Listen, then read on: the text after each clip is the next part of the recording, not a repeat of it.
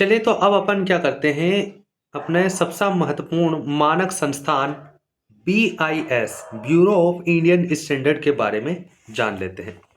तो भारतीय मानक bureau bureau of Indian standard ये 1986 के अधिनियम के तहत 1 अप्रैल 1987 को स्थापित हुआ और वर्तमान में ये 2016 की धारा 3 के तहत स्थापित संस्थान के रूप में कार्य कर रहा है।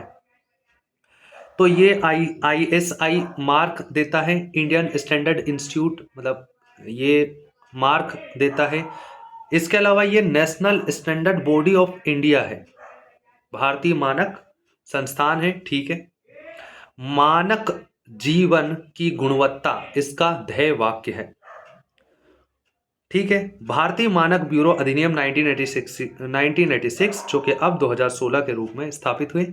ये इको मार्क, ISI मार्क और हॉल मार्क, ये 3 महत्वपूर्ण प्रमाणन प्रदान करता है। मानकः पथ प्रदर्शक, एक त्रिभुज के अंदर एक गोला जो कि लाल कलर में त्रिभुज बनेगा और गोला नीले कलर में, उसमें नीचे लिखा रहेगा मानकः पथ प्रदर्शक। ये BIS का लोगो है। इसका उद्देश्य क्या है?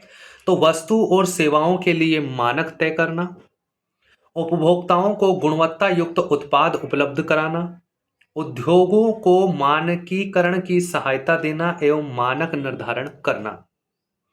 तो BIS द्वारा जारी किए जाने वाले 3 महत्वपूर्ण मार्क या चिन्ह या लोगो या टैग कौन से हैं? तो एक है ISI मार्क जो औद्योगिक और उपभोक्ता उत्पादों को दिया जाता है, इसमें ISI लिखा रहता है। हॉलमार्क, तो हॉलमार्क सन 2000 से इसने देना शुरू किया, जिसे 916 मार्क के नाम से भी जानते हैं, क्योंकि 22 कैरेट सोना जो कि 91.6% शुद्ध होता है, इसलिए इसे 916 मार्क के रूप में भी जानते हैं। सोने चांदी को दिया जाता है। 2000 में सोने को देना शुरू किया गया। इको मार्क, तो इको मार्क 1991 से दिया जा रहा है। पर्यावरण अनुकूल उत्पादों को प्रदर्शित करने के लिए इको मार्क BIS द्वारा दिया जा रहा है। इसके अलावा ये उपभोक्ता मंत्रालय, मिनिस्ट्री ऑफ कंज्यूमर अफेयर के अंडर में काम करता है।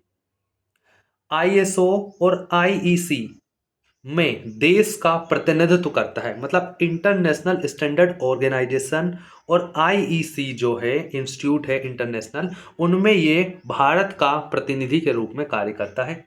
BIS care app, BIS care app किसका है? तो ब्यूरो ऑफ इंडियन स्टैंडर्ड का है। इसका हेडक्वार्टर मानक भवन नई दिल्ली में है और इसके वर्तमान जो डायरेक्टर जनरल महानिदेशक हैं वो है संजय गर्ग। अध्यक्ष क्यों नहीं? क्योंकि अध्यक्ष इसके पदेन उपभोक्ता मंत्रालय के मंत्री होते हैं। तो अध्यक्ष उपभोक्ता मंत्रालय के मंत्री होते हैं और इसके निकाय में कुल 25 सदस्य होते हैं। डायरेक्टर जनरल होता है और बाकी अन्य लोग होते हैं। तो इसके निकाय में कुल 25 सदस्य होते हैं। इको मार्क 1991 और हॉल मार्क 2000 से देना इसने प्रारंभ किया। अब अपन क्या करते हैं, BIS एक्ट जो वर्तमान में अपना 2016 का है, इसके बारे में कुछ जान लेते हैं। तो BSIR bureau of Indian standard act 2016 जो कि 22 मार्च 2016 को प्रकाशित हुआ और 21 मार्च 2016 को राष्ट्रपति की अनुमति मिली थी। तो 21 मार्च 2016 को राष्ट्रपति की अनुमति मिली, 22 मार्च 2016 को प्रकाशित हुआ, जबकि लागू कब से हुआ? तो लागू हो गया 12 अक्टूबर 2017। तो खतरा अभी अभी अगर मानक नहीं रहेंगे, मानक चीजों को नहीं रखेंगे तो हमको क्या होगा? हमेशा खतरा। तो इसलिए 12 अक्टूबर 2017 से हमने बना दिया अपना नया BIS। इसमें 43 धाराएं हैं और 5 अध्याय हैं। तो भाई 5 अध्याय हैं, 43 धाराएं हैं, बहुत ज्यादा बड़ा नहीं है। और ये 2016 का अधिनियम संख्या 11 है। ठीक है। भारत में उपभोक्ता संरक्षण दिवस 24 दिसंबर को मनाते हैं। तो भारत में उपभोक्ता संरक्षण दिवस 24 दिसंबर को मनाते हैं। वही विश्व उपभोक्ता दिवस 15 मार्च को मनाया जाता है। तो 15 मार्च को विश्व उपभोक्ता दिवस और भारत में उपभोक्ता संरक्षण दिवस 24 दिसंबर को। अब इसका जो अध्याय 2 है उसका टॉपिक है भारतीय मानक ब्यूरो, यानी इसके बारे में पूरे अध्याय 2 में बताया गया है। और अध्याय 2 की धारा 3 में बीएसआई की स्थापना के बारे में बताया गया है कि केंद्र सरकार इस नाम से संस्थापित एक बॉडी स्थापित करेगी और जिसकी एक गवर्निंग काउंसलिंग होगी, यानी कि शासी परिषद। तो शासी परिषद का भी धारा 3 में ही बताया गया और इसमें बताया गया कि बीएसआई का पदेन अध्यक्ष होगा उपभोक्ता मंत्रालय का मंत्री, उपाध्यक्ष होगा उपभोक्ता मंत्रालय का पदेन जो राज्य मंत्री रहेगा, और इसका सचिव होगा उपभोक्ता मंत्रालय का पदेन सचिव। सचिव कौन होगा बीआईएस का? उपभोक्ता मंत्रालय का सचिव। अध्यक्ष कौन होगा? जो मंत्री होगा। उपाध्यक्ष कौन होगा? जो राज्य मंत्री होगा। हाँ, इसके निदेशक जो रहेंगे, डायरेक्टर जनरल जो रहेंगे, वो अलग से नियुक्त होंगे। अभी कौन है? संजय गर्ग है। धारा 4 में है कार्यकारिणी परिषद, मतलब एग्जीक्यूटिव काउंसिल। तो ये वास्तव में काम करेगी। शासी परिषद अलग है, एग्जीक्यूटिव काउंसिल अलग है, और इस शासी परिषद, इस एग्जीक्यूटिव काउंसिल का अध्यक्ष होता है बीआईएस का महानिदेशक। मतलब मुख्य काम यही करते हैं। धारा 3 के तहत वो तो सिर्फ एक बॉडी है, तो धारा 4 के तहत बीआईएस की महानिदेशक की अध्यक्षता में एग्जीक्यूटिव काउंसिल का गठन किया जाता है, जिसमें 25 सदस्य हैं। धारा 5 में है ब्यूरो की सलाहकार समितियां, तो कई सारी सलाहकार समितियां इसके अंडर में काम करती है। धारा 7 में है केंद्र द्वारा बीआईएस के डायरेक्टर जनरल की नियुक्ति, महानिदेशक की नियुक्ति धारा 7 में है।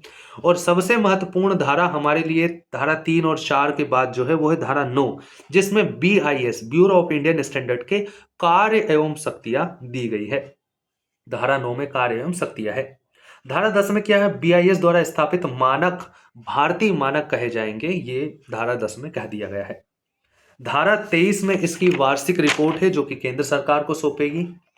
इसके अलावा ब्यूरो की निधि धारा 20 में है, जिसमें अनुदान, उधार, फीस, जुर्माना, ये सब इसकी निधि कहलाएगी। और धारा 43 में निरसन है। क्या निरसन है? कि भारतीय मानक ब्यूरो अधिनियम 1986 को इस अधिनियम के तहत निरसित कर दिया गया। ठीक है ना? तो एफपीओ जो है, फूड प्रोडक्ट ऑर्डर, वो एक अलग संस्थान देता है, ये नहीं देता है। एग मार्क भी एक अलग संस्थान देता है, एग मार्क बीआईएस नहीं देता है। एफपीओ बीएसआई नहीं देता है। बीआईएस सिर्फ क्या देता है? हॉलमार्क, इको मार्क और आईएसआई मार्क।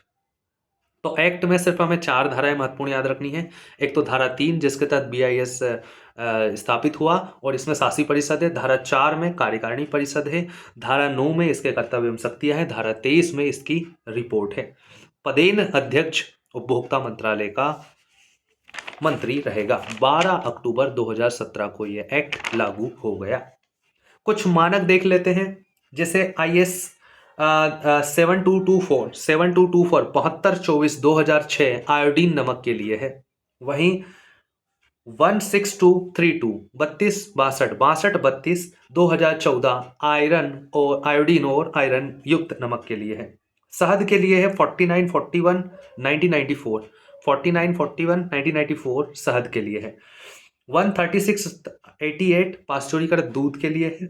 16326 घी के लिए है और 1011 2002 बिस्किट के लिए है। चलो, तो यहाँ पर हमारा BIS bureau of Indian standard समाप्त होता है।